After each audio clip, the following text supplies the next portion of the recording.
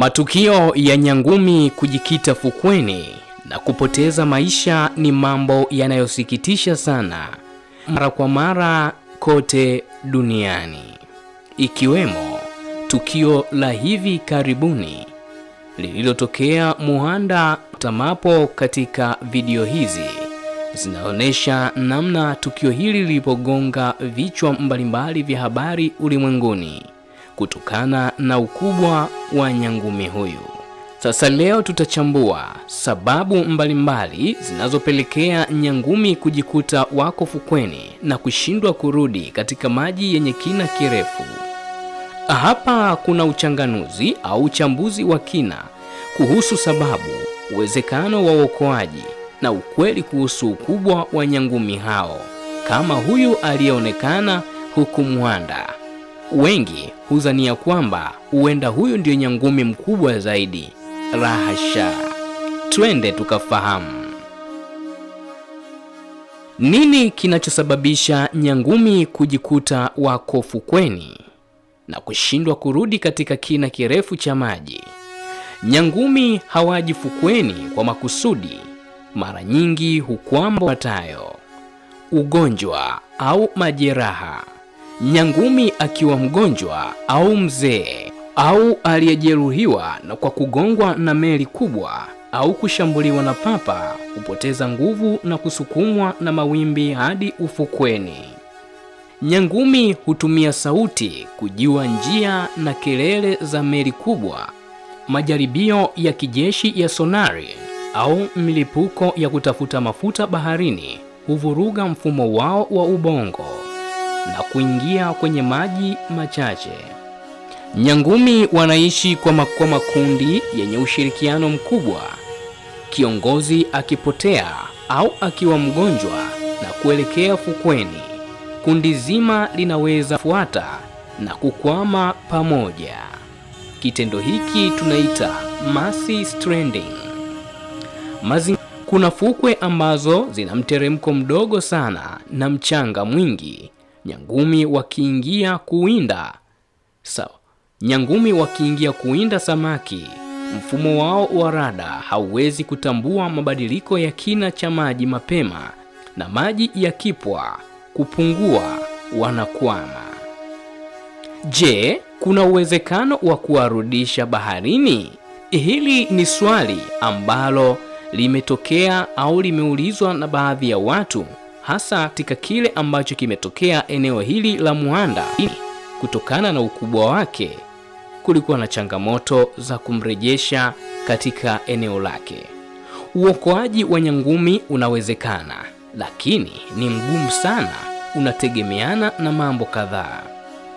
Ukubwa wa nyangumi. Kama ni nyangumi wadogo au wa makamo, timu za uokoaji na raia wanaweza kuwasukuma na kuwavuta kwa kutumia kamba maalum na boti wakati maji yanajaa.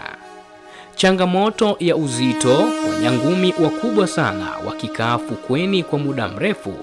Uzito na miili yao unakandamiza viungo vyao vya ndani kama mapafu na moyo, jambo linalosababisha vifo haraka hata kabla hawajarudishwa kwenye maji, kama ulivyoliona tukio hili la Muhanda. Hatua za uokoaji. Mara nyingi wataalamu wanachofanya ni kuwamwagia maji ya baridi na kuwafunika kwa vitikauke na jua, dehydration, wakati wakisubiri maji ya bahari yajae ili wajisukume wenyewe kama walivyofanya huko Muhanda.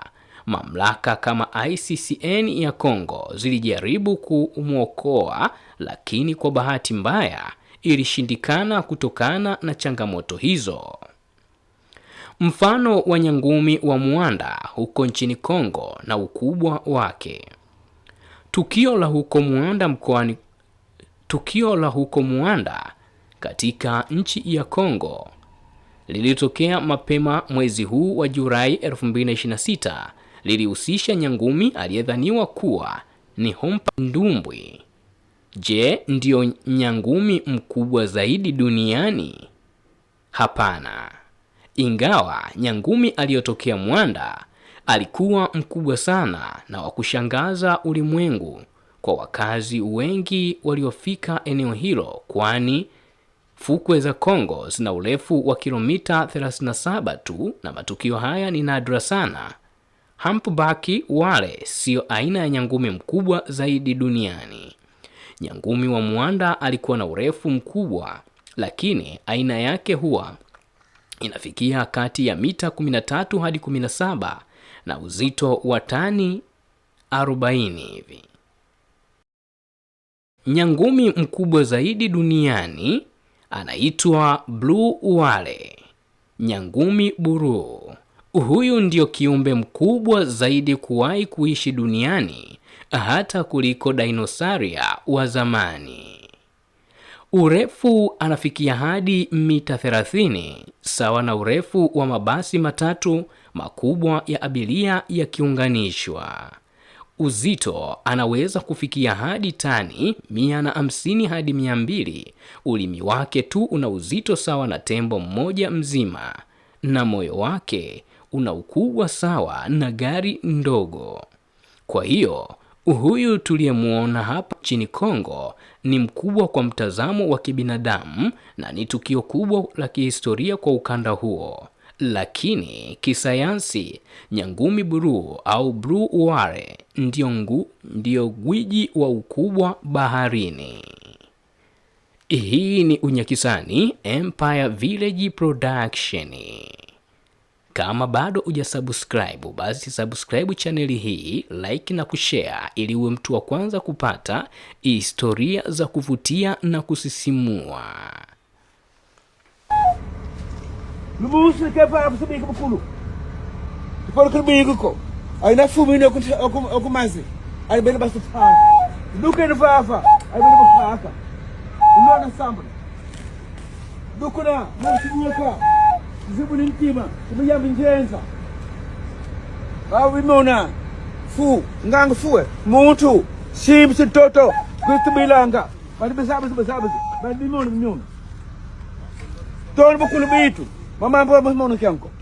Ngolo ba mo mono ko kizimbi nana ndio. Wote mtekolo, wote muwana, wote kaka. Babo fitilia.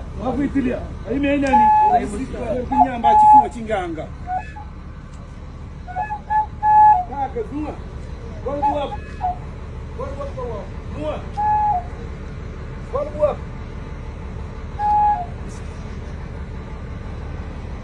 Ndio ndo fanga mo. Ndio ndio Kwele makazi. Whisky yako ile kabizeno. Oku soluela. Bele na fumu ko kumazi. Ai bele kitanga. Kusolu afala kusolu twele whisky. Whisky yako. Whisky yako. Liyamba lebo.